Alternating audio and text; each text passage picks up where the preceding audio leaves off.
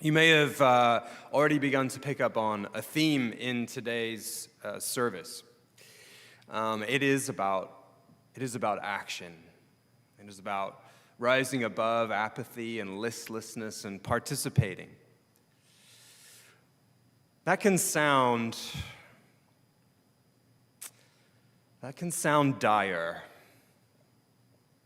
Name a problem and then just speak to the problem. But I want to start today by just noting one thing, which is that I'm standing here today.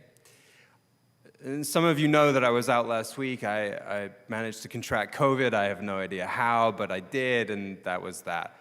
And that I'm standing here today, a week later, feeling about 99% better. There is no such thing as an original idea. I'm here today because of the vaccines. My illness was relatively brief. It wasn't comfortable. It wasn't fun. Yes, I enjoyed watching Netflix a bit more than I usually do, but I wouldn't trade my health away for that. It wasn't fun, it wasn't enjoyable, and also it didn't last that long. And it didn't last that long because I was vaccinated. And I was vaccinated because people banded together using ingenuity and invention and brilliance in order to come together to develop something that was developed on a previous idea, that was developed on another previous idea, that was developed based on education that has spanned across generations, that came about because human beings wanted to help other human beings. So when we talk about a problem that feels intractable, we have to remember the kinds of problems that have felt intractable that we have already begun to address even over the last couple of years. More than 9 billion vaccines have gone into arms of human beings around the world. I stand here today because of human ingenuity and because of the ways in which human beings can come together to effect good. There is no question that there is a certain kind of listlessness that COVID has affected. Certainly trying to get back to exercising over the last couple of days. I've noticed that it's hard to know if it's challenging because of the residual impact of COVID, or it's just that I'm out of shape after spending most of my time sitting around for the last couple of weeks, or it's a bit of both. Still, there's only one solution to trying to get back into shape, which is to pedal again, or to walk again, or to run again, or to just move again. Just keep pedaling and it'll come back. Just keep trying and it'll probably come back. Just keep at it and it will come back. But COVID has affected a particular listlessness within us, I think. I read a quote by a state legislator in Montana this week, a man named Mike Cuffey. He had introduced legislation in Montana dedicated to ending same-day voter registration and mandatory voter ID when coming to vote.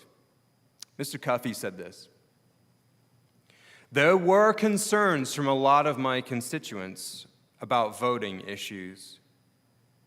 People went to sleep on election night believing that one candidate was well ahead and was pretty much assured of victory, and then when they woke up the next morning, his opponent had won.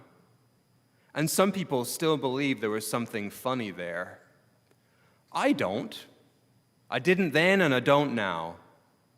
But I felt we could do some things to help reduce potential issues and/or beliefs."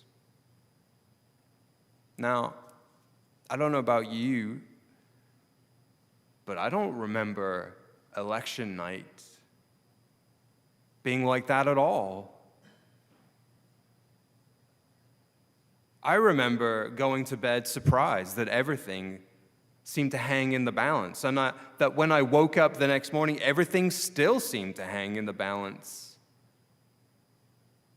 The compression of the time frame and the way in which that story was told, we went to bed and things were one way, and then in the middle of the night, something happened, like a thief in the night. Something happened, and then when we woke up, things were something else entirely. Is an astonishing recasting.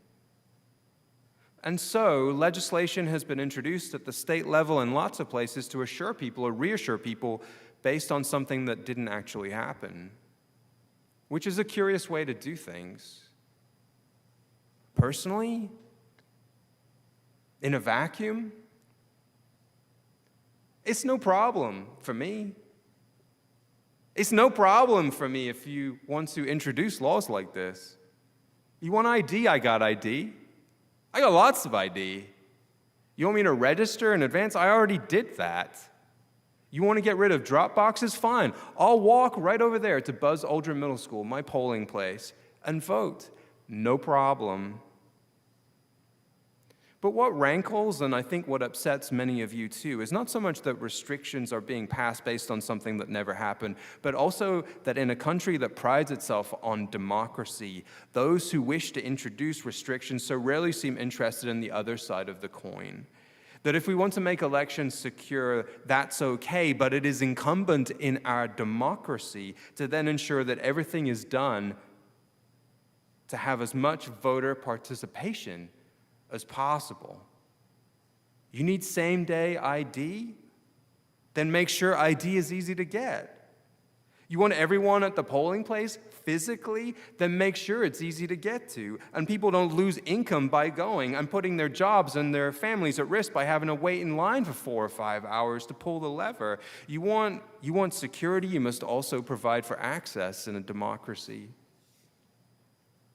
Martin Luther King Jr.'s son, Martin Luther King III, has said that there should be no celebration this year, no celebration of his father's legacy without legislation that protects people's ability to vote.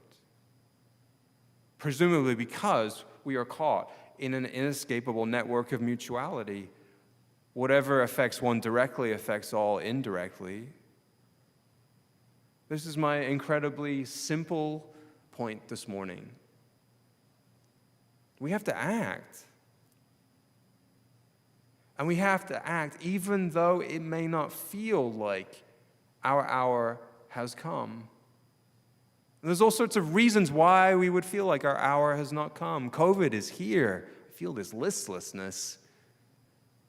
It feels like my hour has not yet come. I can walk to Buzz Aldrin to vote, so it feels like my hour has not yet come.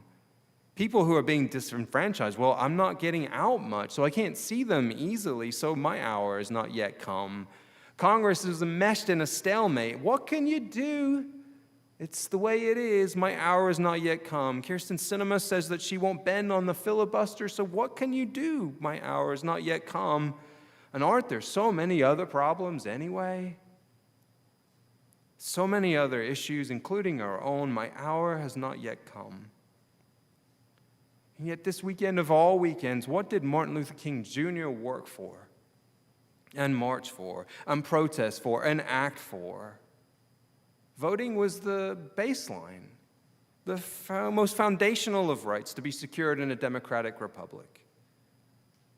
I can never be what I ought to be, he said, until you are what you ought to be. And you can never be what you ought to be until I am what I ought to be. The reasons for inaction are plentiful, for just kind of letting this one go.